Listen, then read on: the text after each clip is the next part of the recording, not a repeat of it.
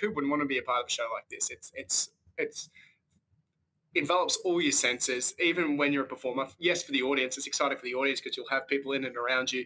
You'll have circus performers, the dancers, incredible vocalists like Ruby Clark here, and so I think everyone involved is going to have the best time ever, and that's why you'd want to be a part of a show like this.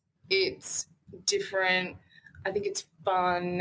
I think families really enjoy it. I just think there is something for everyone. And like Dale, our associate director, who is divine, he's like, I've seen the show so many times, and every time I watch it, I see something unique, something different, something I've never seen before, and that's really exciting. And our creative team love the show, which is infectious for us.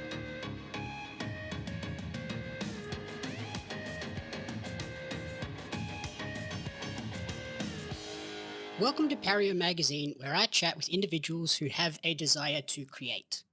Today, I'm joined by two of the stars of the upcoming season of Come Alive, The Greatest Showman Circus Spectacular, which is coming to Sydney from May 19th. Welcome to Pario magazine, Des Flanagan and Ruby Clark. Thanks very much for having us. My pleasure. Before we dive into Come Alive, I'd love to get to know a little bit about the both of you and who the people are away from the stage. So who are Des and Ruby away from the circus tent? Sure. Des? I'll jump in. Look, I'm a country boy from Victoria, and I found my way into this weird and wonderful world.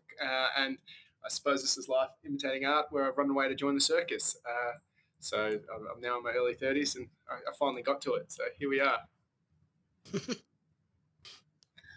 And Ruby, how about yourself? I grew up on the Gold Coast. My introduction to art was through music. So I played violin growing up, and then that sort of grew into a love for theatre. And then a lot of the shows that I've done have been actor muso shows, and it's nice to move into something where its focus has shifted from playing music to singing, and performing with Des is really fun. And the other artists that we're working with are simply phenomenal. Like, they'll blow your minds. And if you look back to the beginning of this journey, how did you each discover this passion for art and performance? Well, growing up in a small town, it's music, live entertainment is quite an essential part for the community. And so there were some people in my childhood. My older sister was very much one of my stepping stones into the arts. I was one of 4 siblings. You kind of get shafted off to wherever your older siblings are going. And in the end, that was to my benefit. I had a really supportive high school teacher, Julie Nolan, who certainly kicked me up the bum to keep pursuing it. Because being a country kid, you don't really, I suppose, see the groundwork there as a career. And then it's just grinded down to just being my be all and end all. Nice. And then Ruby, how did you discover the arts, Ruby? When I was growing up, my grandmother played piano, and she had a real love for music. I feel like my family really loves music, but she played. And then I started playing violin at a really young age, and I guess like tutors through that helped me fall in love. And then I started playing in bands and jazz and music that felt more expressive and individual, that then led to discovering theatre. And that it was all from music. Okay, yeah, so you were heading down sort of the musician path. What diverted you to theatre? I actually think I saw a production of Chicago, and I fell in love with it. Which That will do it. You wouldn't. And then if we shift focus to Come Alive, when did you first encounter The Greatest Showman, and what made it so compelling for each of you? Well, I saw the show when the movie came out in 2017. I remember going along with a mate, and I suppose the publicity trail leading up to it was pretty exciting, and I was just so blown away by the film. We love our movie musicals, and I think that kind of started a new kind of era for movie musicals. and it was done so well. And then when this opportunity came around, though it's not the same show, this show has been reconceptualized. We're using the great anthems of the show that Pasek and Paul wrote. It's been recontextualized to tell a new story, and so that's. I lost my train of thought. There we are. You did, but it was such a good train of thought. Thank you. I think I first discovered, I mean, just when the film came out, obviously, I went and saw the film and I thought it was amazing, but the soundtrack stayed with me, loved it. And then this audition came through and I was like, who do I think I am? Thinking I can sing this music. And so I gave it a go. And it went really well. And everyone in the room was really warm and lovely. And I remember seeing the choreography during the audition time. Not that I was going for a dance club, because if I was, I simply would not be sitting here. But I remember seeing the choreography on social media and I was like, it is bonkers. Insane. Yeah, it's bonkers. It's insane. And they don't stop for the whole show. These dances that they've got together. Curated. Thank you. Great word. Thanks. They don't stop from start to finish. There's also a pre-show before our show that goes for about an hour as well. And they're also milling around in that period as well. So we've got some pretty hard-working performers. And going back to your question, like, who wouldn't want to be a part of a show like this?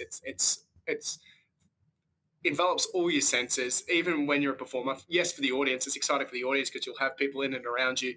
You'll have circus performers, the dancers, incredible vocalists like Ruby Clark here. So I think everyone involved is going to have the best time ever. And that's why you'd want to be a part of a show like this. And on that note, this isn't the first time either of you have taken on a role that was previously depicted in cinema. How does that impact how you approach your performances for this show? That's such a good question. Yeah, I mean, I have done it before, and that comparison is just I think a natural human response, and there's things to learn. But the benefit of this particular version is it is a whole new realization of it. So, like, yes, there's the Hugh Jackman element of it, and he's so good at it, and there's a lot of that archetype that he presented so well. But I suppose there's some different shades to this showman that I have to play. So I'll take as much charisma from Hugh as I possibly can. Yeah, it's a new experience, and I get to wear some different shoes.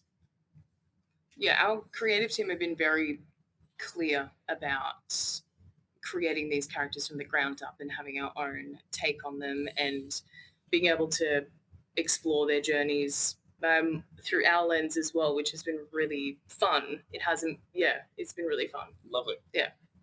Yeah, very good to not have that direct comparison to such incredible performances in the film. Ooh, yeah. 100%. Yeah. And then obviously the show features the musical theatre elements and the music elements that you're both very familiar with. But it also includes sort of circus acts and circus elements. Has that made preparation for this show a little bit more fun or more challenging? Both? Both, absolutely both. Like, we've done 1 week of rehearsals so far, and we were very much segmented. So the vocalists were doing their things, the dancers were doing their things, and the circus guys were doing what they could with before we get into the tent. And we started piecing things together on Saturday, and it was both exciting and nerve-wracking because there's just so much on stage. There's so many bodies, people doing everything from flying, tumbling. The choreography, as we've said, is bonkers. And so that was really exciting. And I think it was also the first kind of acknowledgement as a collective to be like, oh, we're going to be producing something that is quite extraordinary. And something that is, I personally will find a lot of pride doing. Wow, Des, I couldn't have said it better myself.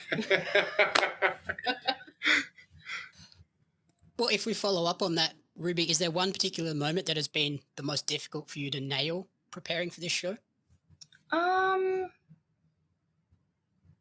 Remembering the lyrics. That, like, when a verse changes so minorly, or like when a chorus there's just like one word that's different, my mind goes and I can't seem to do it.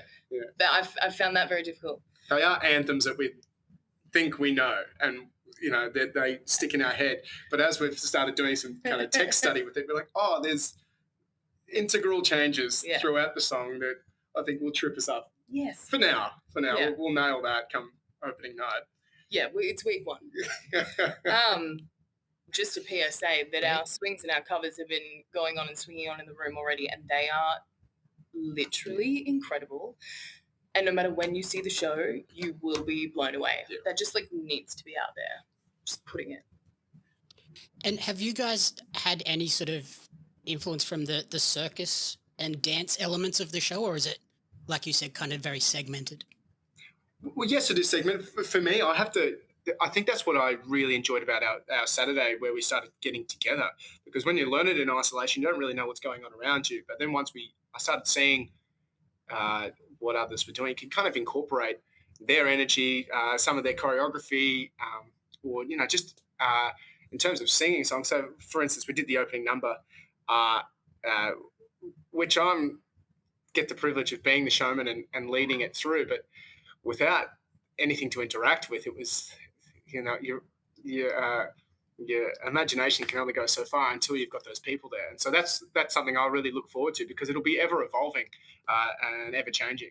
Yeah, I think it is like one of the goals, I think, of the show is to integrate all 3 disciplines quite succinctly. Yeah, absolutely. So like Saturday, like